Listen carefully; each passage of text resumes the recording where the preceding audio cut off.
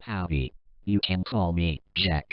It's not my real name, but that's what I'll go by for now. I reckon the time to tell my story has come. Believe it or don't, but here it is. I suggest you take away the lessons it teaches, even if you dismiss it all as bullshit like 98% of the other stories on the internet. But there's more truth in this story than any one of you could know. Now, I've been out of high school for 3 years, but that's when this particular event takes place, so I'm going to have to wind my clock back a little here to tell the story. Originally, for my first 2.5 years of high school, I attended a school in the deep southern part of America, close to the Gulf. We had all kinds of ghost stories growing up, and if there was one lesson our super conservative parents taught us, it was this: don't go fooling around in things you don't understand. Now, I was really unpopular at my high school in the South. My first 2 years of high school were a real pain, because I was a big dork and everyone made fun of me. I was a loner and all I really did in class was play my Game Boy all day before rushing home to play an MMO I was addicted to. All of that changed during my junior year when my mother's job moved us out west. I started to attend a little Catholic high school with no more than around 250 students. It was at this time that I finally started to fit in and make friends. No one out here knew how much of a dork I was, so I opted to hide my power level, as they tend to say on /a/ and try to make friends for once in my life. Who knows? Maybe I could even get a cute girlfriend if I was careful. I started to meet people at the school. At a school that small, you end up knowing everyone in your class. My first day I made a new friend named Sam, and at lunch I opted to sit with him and his friends. He told me all about the other kids at the school, who was most popular, who the jocks were, so on and so forth. He introduced me to his friends, too. Jim, a big jovial fellow who tipped the scales at 300 pounds, Vogelman, our table's resident computer nerd and hacker, and Thomas, a musician who played electric guitar. I also met Stephanie, the school's resident spunky Asian girl. Some of the guys said she could be a bitch, but she seemed cool enough. She was into gaming and never messed with any of us. She even seemed to think I was funny, so maybe that's why she started to call me at home after school on some days. Sam told me all kinds of stories about her, like how she used to make snacks for guys at the school but then sprinkle Viagra all over them or pour laxatives into them so that anyone who ate it would suffer the brunt of her painful and arguably cruel joke. I just chuckled to myself and politely refused whenever she offered me anything. Then there was Rottenbacher. His real name was Jason, but everyone always called him Rottenbacher, or the Crot, because he was a hardcore Nazi. He was an outcast and a loner, and no one wanted to be associated with him. Every day he'd wear a red swastika armband to school just beneath his jacket where the teachers couldn't see, but whenever he'd get hot and slip it off, or whenever he was changing in the locker room, he'd be wearing the Nazi armband. Furthermore, on Halloween and on school costume event days when he knew he could get away with it, Rottenbacher always wore an entire replica of an SS uniform like the Gestapo wear, with a black hat and the long boots. He was a mean and angsty son of a bitch. Whenever anyone told a teacher about him or asked him about the Nazi stuff, he'd shout racial or ethnic slurs at them, cuss them out, and yell, "Heil Hitler!"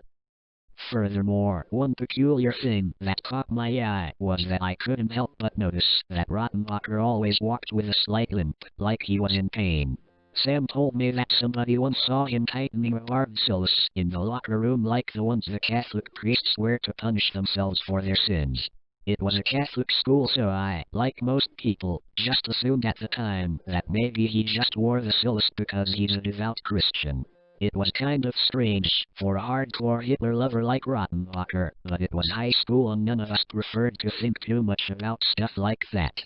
After he got done introducing me to everyone, Sam told me some of the school's old stories, including an urban legend that circulated about Kaylee, a girl that died mysteriously after playing some sort of cell phone game. Sure enough, he could point out the girl in the yearbook to me, and everyone recalled that the police had declared her missing under mysterious circumstances. She was presumed dead almost immediately thereafter.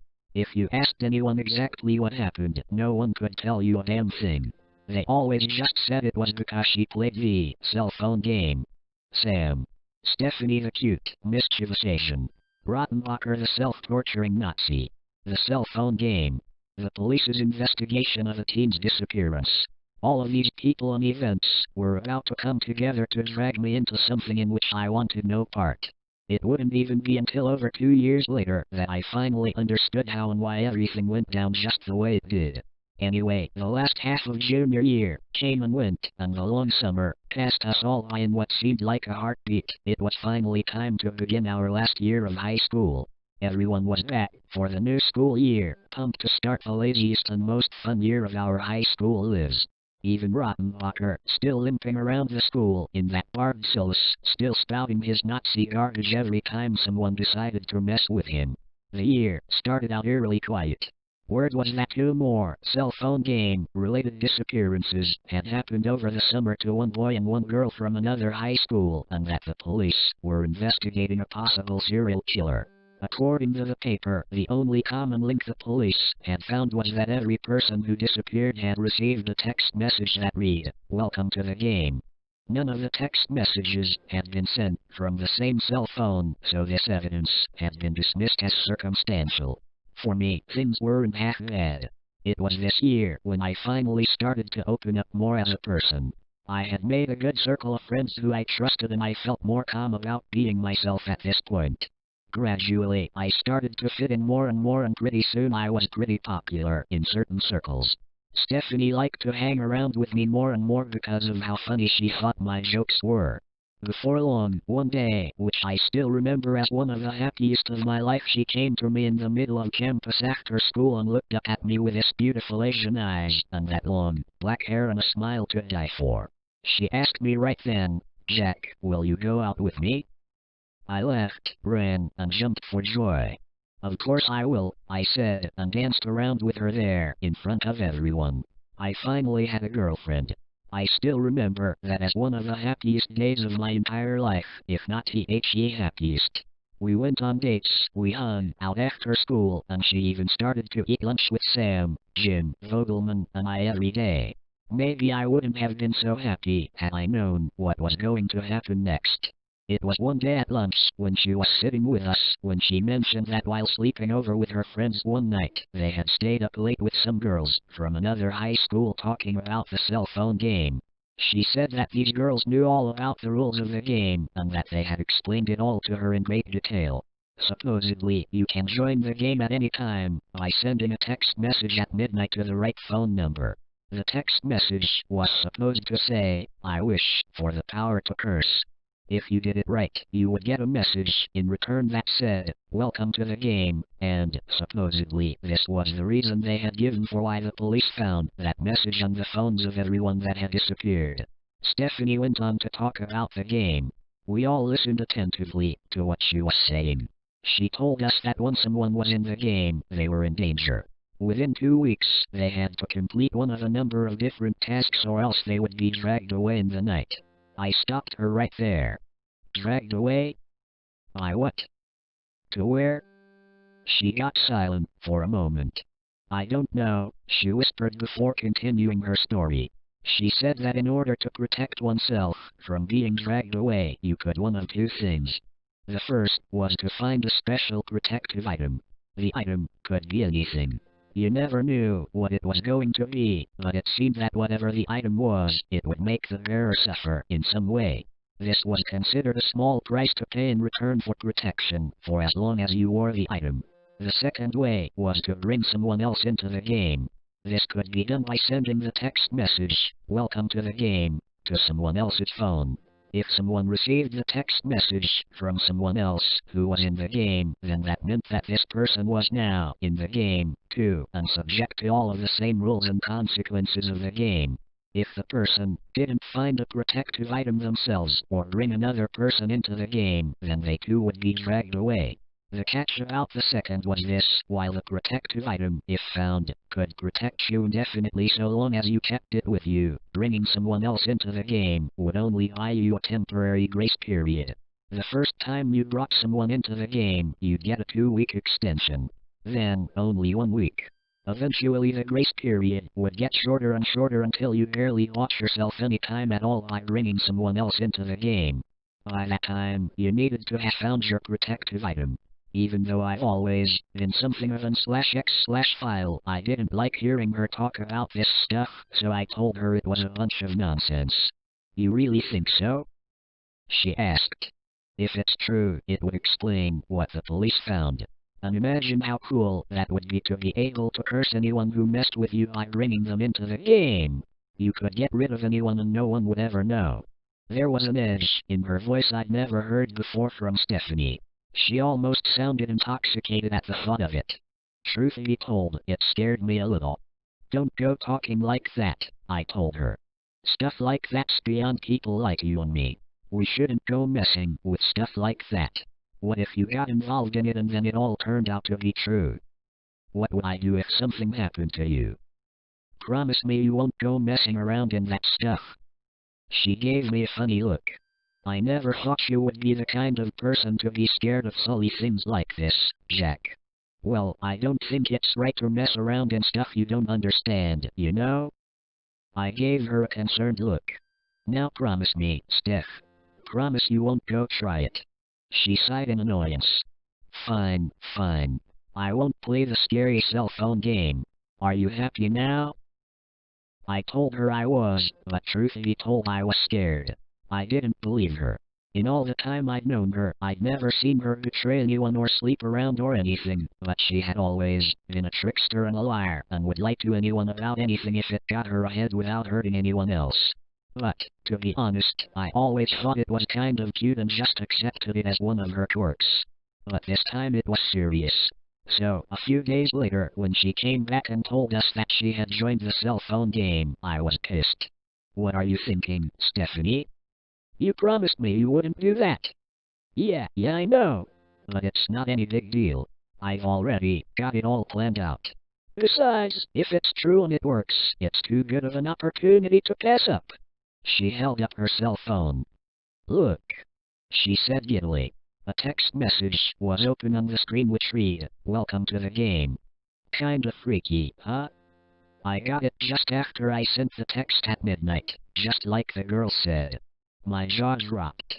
I was speechless and scared stiff. This game couldn't be for real, could it? Stephanie, if this is real, then you're in danger now. You've only got 2 weeks to find the protective item. I know. That's why I sent the text to Rebecca. I'm gonna find out if it's true or not. I hit the roof. You did WHAT? But Stephanie, if this is real then that makes you as good as a murderer. You cursed Rebecca and now she could die because of you. Relax, Jack. I don't actually believe any of this stuff. But even if I did, Rebecca's always been a big-time bitch. It's not like she doesn't have it coming anyway. She giggled that same mischievous giggle of hers that I'd always loved. But this time, I wasn't loving any part of it. A couple of weeks passed and nothing happened. But then, one day, Rebecca didn't show up at school. At lunchtime, Stephanie was sitting around with us as usual when the assistant principal came to talk to us all with a megaphone. May I have your attention, please? Everyone got silent. The police have reported that one of your fellow students, Rebecca, has gone missing. Stephanie's golden skin turned white. She froze. Her parents are very worried about her. If any of you know anything about this, please come and talk to me after school. That is all. Stephanie. I whispered. I was very afraid for her. I was very afraid for what she might do. She looked at me and said, "Don't say anything. Just don't." She got up and bolted from the lunchroom. I chased after her. Stephanie! Stephanie! What are you doing? She kept jogging away from me, her cell phone out. Don't try to stop me, Jack. If I'm going to survive, I'm going to need more time. I can get another week if I curse someone else, and that'll give me 3 weeks to find it. Stephanie, listen to yourself. Who are you going to curse? You'd kill someone else for a little extra time? Look what's happened to you. She was starting to cry. I know, damn it. But I know who I'm going to curse. No one's going to miss them, I promise. Stephanie, that's not right. You can't do it. No one deserves this. Let me help you. We can find a protective object for you together. She turned and showed me her cell phone. Her text outbox had a message which read, "Welcome to the game." She had sent it to Rottenbacher. I started to weep. I grabbed onto her as tightly as I could. Stephanie, Stephanie, I love you. I'm so sorry. This isn't right. None of this is right. She held onto me and began to cry deeply as well. We held each other there for nearly an hour like that. I still remember it like it was yesterday. Then, that night before we went home, we both resolved we would start looking for a protective item the next day. The next day, I was walking with Stephanie along the track after school when Rottenbacher approached us with his cell phone. He was furious. He held it up to her face. Is this your idea of a joke, you stupid slant-eyed bitch? Truth be told, I felt Rottenbacher had the right to be a little angry. Sure, he was a Nazi pervert freak, but with all of the whispers of murder going around, I could imagine anyone being angry about getting a text like that. But even so, I wasn't about to let anyone talk to my girl that way. Hey, buddy, you watch your mouth. That's no way to talk to a lady. Lady? Rottenbacher shouted. This fucking slut is not a lady. She's just a bitch, and she tried to kill me. I bet you killed that other girl, too, didn't you? Rebecca? She's missing cause of you, isn't she? Stephanie began to cry again. I pulled my arm back and punched as hard as I could at Rottenbacher's face. He stumbled backwards a few steps and grabbed at his lip, from which trickled a little stream of blood, but he kept his composure. I halfway expected him to swing back at me, but he just stood there. After a moment, he spoke. You just don't get it, do you, Stephanie? I''maleadyinthegame. I always have been. I know the fucking score. But unlike you, I never cursed anyone else. Bullshit, I said. If all that's true, then how are you still? Suddenly, I remembered the solace Rottenbacher wore around his leg that caused him to limp in agony, and what Stephanie had told me at lunch. Whenever a new protective item was discovered, whatever it was, it would cause its bearer to suffer. Your protective item? You have one? Stephanie's eyes lit up. It was clear that had realized the same thing that I had. Rottenbacher smirked. That's right. So I just figured your girlfriend better know that she didn't get any additional time for trying to curse me. I've already been there and done that. Stephanie looked up at him with fear in her eyes. Days passed and, try as we might, Stephanie and I couldn't find anything that could qualify as a protective item. We were approaching the 2-week deadline and she was looking more and more scared by the day. Her hair was a mess, her usually bubbly personality was glum and distraught. She stared off into space during classes and prayed constantly. After the 2-week deadline passed, we were both terrified. She came to me at school and said, Jack, I want you to sleep with me tonight. Stay with me all night. Don't let it get me. I couldn't refuse. I showed up at her house late that night and came in through her window. We slept together. It was the curse week. She went to sleep holding me, but I lay awake most of the night watching and waiting until I finally fell asleep around 4:30 in the morning from sheer exhaustion. The next day, when I woke up, all I could think was, Stephanie. I looked around frantically. She wasn't in the bed next to me. Stephanie, I said louder as I climbed out of the bed and began to search for her. I walked into her kitchen. Don't be so loud, a voice said. It was Stephanie's. I turned around to see her sitting at a round table in the kitchen. She was smiling and seemed as giddy as ever. I breathed a sigh of relief. My parents have already gone to work, but I don't want the neighbors to get suspicious and say something. I wept with relief. It was over and she was safe. Nothing had come for her. I ran across the kitchen floor and hugged her and kissed her all over. Everything was perfect. For 2 weeks. Then I came to school one day and 9 of our classmates had disappeared, including Sam. Everyone was in an uproar. No one knew what had happened to them or where they had gone. No one except for me and the person who had done it, Stephanie. If the amount of time extended was halved each time you brought someone into the game, then 9 people would have brought her just over 2 weeks. Which meant that her time would be running out again tonight. I confronted her about it after school. Stephanie, the police are getting suspicious. You can't do this anymore, and I can't watch you do this anymore. It's wrong. It's evil. She looked at me silently. I still remember the look in her eyes that day. At this point, it had become clear to me that the girl I had known and loved was long gone, and all that remained was a soulless, wicked shell which clung to life and feared death more than anything. But, even so, I still loved her more than anything. She was my first and only girlfriend, and I couldn't let her go. I couldn't let anything happen to her. It's okay, she said. I won't do it anymore. I've accepted what I need to do, and I'm going to do it. No one else is going to die because of me. Stephanie. Are you sure? Maybe we can still find a protective item for you if we look now. She looked down sadly. There's no use in running from it now. I just want to spend the night with you tonight, okay? One more night together. That's all I want. I was heartbroken. Everything was too melancholic and too melodramatic. I was so sad at hearing her words, at the thought of her being taken away. I threw up. I vomited and retched over and over again into a nearby garbage can, trying to fight back an endless stream of tears. That night, she slept with me again. Sick, weak, and tired, I passed out from pure exhaustion at 3 o'clock a.m. Less than an hour later, though, I awoke with a start. Stephanie was gone. I sat up and looked around in terror, then found a note. I read it. Jack, I'm sorry for lying to you again, but I'm not ready to die yet. A chill went down my spine. I continued to read. I figured out what I need to do. Don't worry, as I promised, no one else is going to die because of me.